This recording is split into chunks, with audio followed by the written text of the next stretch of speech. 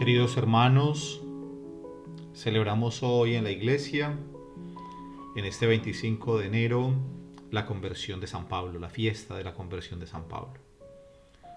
San Pablo es uno de los hombres más grandes en la historia de la iglesia. Este apóstol no conoció directamente a Jesús, no hizo parte del grupo de los 12. Aparece ya en los Hechos de los Apóstoles, después de la experiencia de la Pascua, de la resurrección del Señor, cuando ya la primera comunidad cristiana había comenzado a anunciar al Señor después de Pentecostés. Y entonces Pablo, que era un fariseo, pertenecía al grupo de los fariseos, es decir, de aquellas personas que fariseo significa separado, eran aquellas personas que dentro del pueblo judío pues se consideraban como un grupo aparte, digamos un grupo de élite, si lo podemos decir de esa manera, en el sentido de que ellos eran las personas conocedoras de la ley, de las normas, y vemos en el ministerio de Jesús que hay muchos momentos de confrontación entre él y los fariseos. Eh, Buscan la manera de quitar a Jesús de en medio, están escandalizados por la manera de actuar de Jesús, incluso buscan eliminarlo por todos los medios. Por eso hoy cuando hablamos de San Pablo, pues hacemos alusión también porque Pablo, antes llamado Saulo, bueno, el nombre de Pablo viene de la parte romana, era ciudadano romano, estamos bajo el imperio romano en aquella época, pero su nombre hebreo era Saulo, Saulo. Entonces, Pablo, antes llamado Saulo, porque empieza a utilizar el nombre de Pablo después de su conversión, Saulo es un hombre que también persigue a la iglesia, así como los fariseos persiguieron a Jesús durante su vida, de su ministerio. También en los inicios de la primera comunidad cristiana, pues ven con malos ojos, con sospecha a este grupo que sigue a un hombre llamado Jesús. Y por eso Pablo, Saulo, que tiene pues tanto celo, digámoslo, por las tradiciones de los judíos, era un hombre observante y seguramente en ese primer momento consideraba que estaba haciendo la voluntad de Dios. Comienza a perseguir a los creyentes. Y está de camino desde Jerusalén hasta Damasco cuando tiene esta experiencia con Jesús. Es derribado en el camino. Y hay un gran resplandor y se escucha una voz que le dice: Saulo, Saulo, ¿por qué me persigues? Era tal el resplandor de aquella luz que Pablo quedó ciego. Y él no logra entender y pregunta: ¿quién eres, Señor? Entonces el Señor le dice: soy yo, Jesús, a quien tú persigues. Llama la atención si tenemos en cuenta que Jesús ya ha resucitado, que Jesús está glorificado, ha subido al cielo. Por lo tanto, podría haberle dicho a Pablo, a Saulo: ¿por qué persigues a mis discípulos? Sin embargo dice: Saulo, Saulo, ¿por qué me persigues? ¿Esto qué quiere decir? Que quien persigue a la iglesia, quien persigue a los discípulos de Cristo, quien persigue a los creyentes, a los bautizados, porque todos formamos la iglesia, eclesia, asamblea, pues quien persigue a la iglesia de Dios, a la iglesia de Cristo, persigue a Cristo mismo. Recordemos que Cristo es la cabeza del cuerpo místico de la iglesia y nosotros somos sus miembros.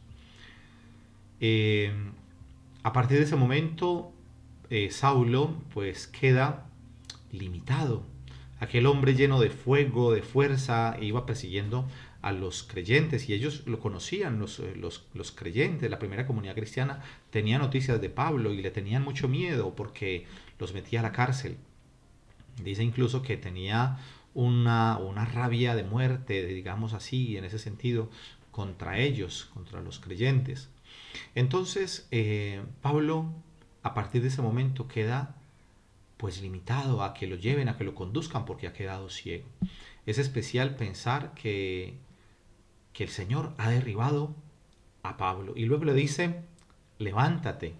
Yo creo que en la conversión de San Pablo también tenemos que mirar nuestra propia vida, cómo el Señor nos derriba muchas veces, nos derriba de nuestros propios criterios, de nuestras propias seguridades, y entonces nos levanta.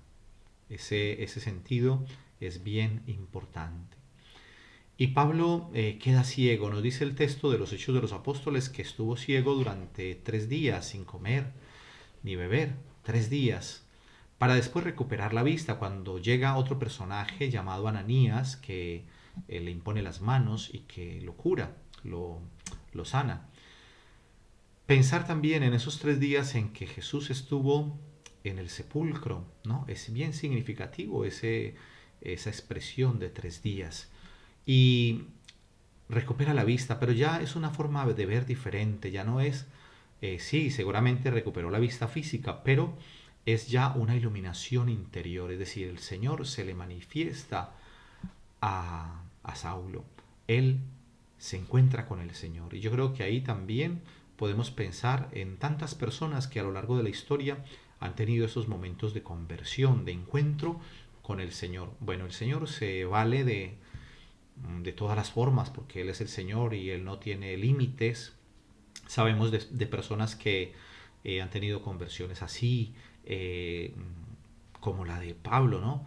Esas conversiones así de gente que incluso han sido ateos o agnósticos o gente que está totalmente alejada o quizás han recibido el bautismo, pero los sacramentos iniciales cuando eran niños, pero después se alejaron de Dios y el Señor puede con un toque de la gracia darles una conversión así inmediata. Así han dado muchos casos en la historia. Pero también tenemos que tener en cuenta, y yo creo profundamente, en que la conversión también tiene un proceso.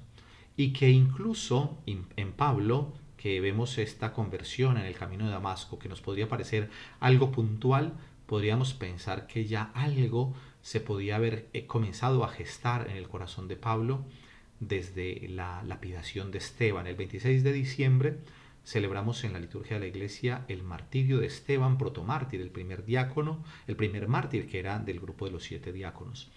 Y cuando fue lapidado Esteban, había un joven, nos dice también allí la palabra de Dios, que había un joven que llamado Saulo, al que le pusieron a cuidar los vestidos, los que lo estaban apedreando, dejaron allí sus mantos y dejaron a Pablo, a Saulo, bueno, en aquella época Saulo, lo dejaron cuidando, dice el texto bíblico que había allí un joven llamado Saulo. Entonces Saulo fue testigo de la muerte de Esteban. ¿Y qué sentiría en el corazón Saulo cuando vio aquella paz y aquella serenidad de Esteban, que aún en medio del sufrimiento, en medio del dolor, de lo que le estaban haciendo, de que lo estaban matando, lanzándole piedras, eh, no se desesperó, al contrario, levantaba su mirada al cielo y decía, Señor, no les tengas en cuenta este pecado.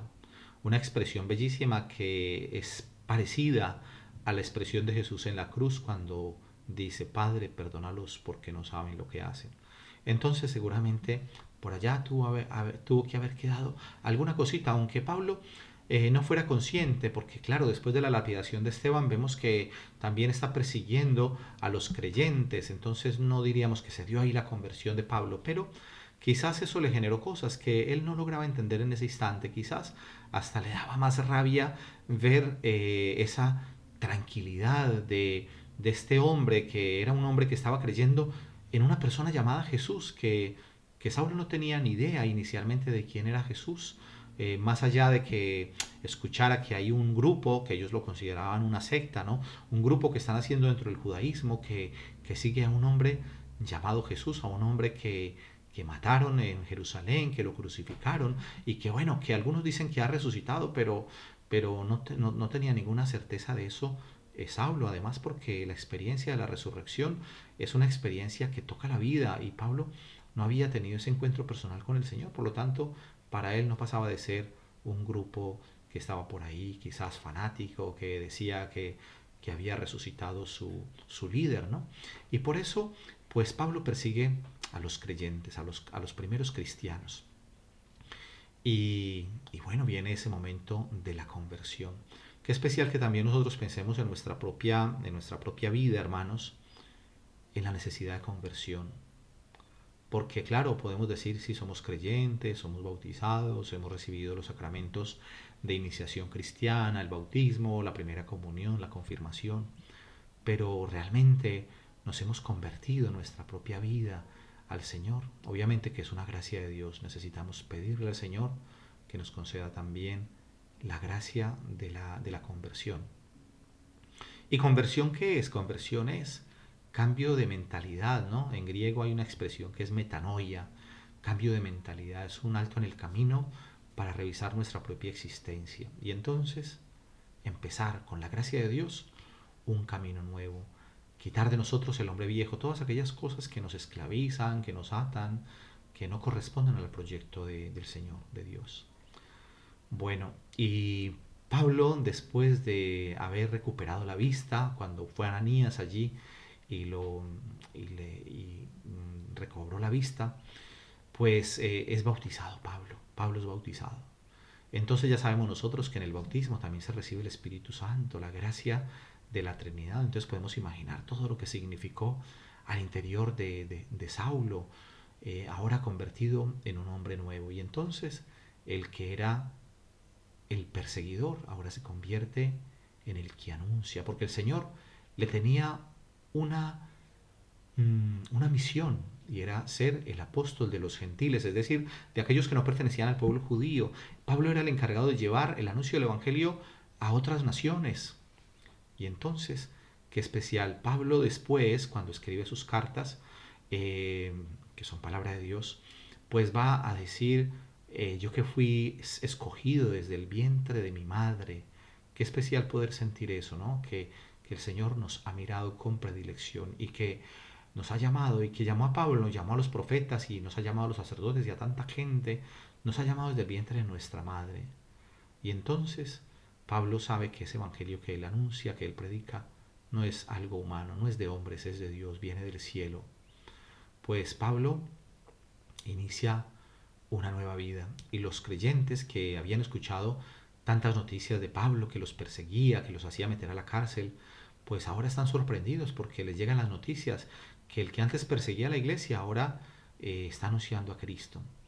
Pablo, de hecho, no va a buscar a los discípulos, a Pedro, a Juan, a los 12, inmediatamente después de su conversión. Se queda allí un tiempo, unos días en Damasco, después se va 3 años a Arabia, está en el desierto, bueno, va a muchos lugares a predicar, y después de mucho tiempo, de unos años, sube a Jerusalén y se encuentra con Cefas, con Pedro, con el príncipe de los apóstoles, la piedra, la roca, y se encuentra también con Santiago, con uno de los dos Santiagos, que es Santiago el menor. Jesús tenía dos apóstoles con el nombre de Santiago. Santiago el mayor, que es hermano de Juan Evangelista, eran los hijos de Zebedeo, y está el otro, Santiago el menor, que dice él que era pariente del Señor, es decir, pertenecía también a la familia de Jesús, quizás primo de Jesús. Entonces también encuentra a Santiago. Y debemos a Pablo pues casi la mayor parte del Nuevo Testamento. Pensemos que el Nuevo Testamento son 27 libros, y de los 27, 13 cartas son paulinas. Entonces imaginemos la importancia de San Pablo. Y San Pablo padeció con tanta alegría por el Señor, enamorado profundamente de Jesús, padeció tantas persecuciones, lo azotaron, casi lo matan, bueno, estuvo prisionero, tantas cosas.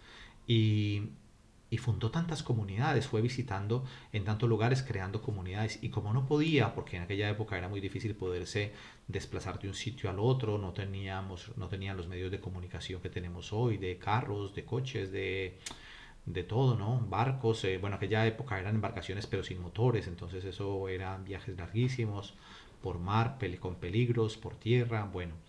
Entonces Pablo, a las comunidades que conoce, que funda, digamos, las comunidades que se van creando en torno a la figura de Pablo, después él las anima a esas comunidades para que sigan firmes en la fe, y les envía cartas. Por eso tenemos las cartas a los romanos, a los efesios, a los corintios, a los tesalonicenses, bueno, todas aquellas cartas con las que estamos tan familiarizados, que se proclaman siempre en la misa.